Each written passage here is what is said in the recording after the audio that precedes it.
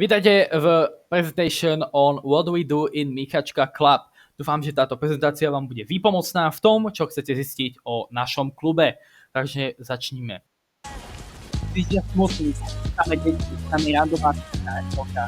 Už to nie je to, čo to bývalo. Na arpičkách nemáte s kým sa rozprávať, nikoho tam nepoznáte. Prečo by ste tam vôbec chodili? Ale máte tu nádej, because it's not over until or win. Tak sklepnete vaše peste a kričíte do vojnu. Nie! My v Michačke sa snažíme, aby všetci boli spokojní, snažíme sa všetkým vyhovieť, snažíme sa robiť také menšie eventy na veľmi veľa hier. Skôr chceme iba užívať hráčov na naše eventy. Tieto eventy sú, že dojdeme na SNK s prefixami Michačka klub, vaše meno. Nejde o nejakú reklamu, ide iba čisto to, že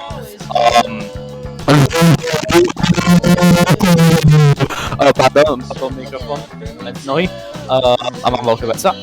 Ide čisto o to, že chceme urobiť pre hráčov niečo, aby sa cítili, že sú niečo. Potom je štýl frakcií, ale toto je taká rogue frakcia, ktorú mi nikto nepovolil a pravdepodobne budem za to stíhaný súdom Peanut Clubu.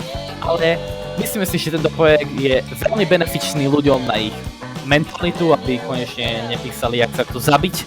A dúfam, že o tohoto prezentáciu sa zapíšete do Michačka.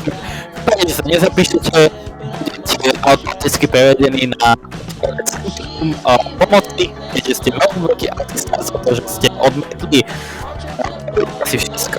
Dúfam, že ste všetko, čo ste potrebovali.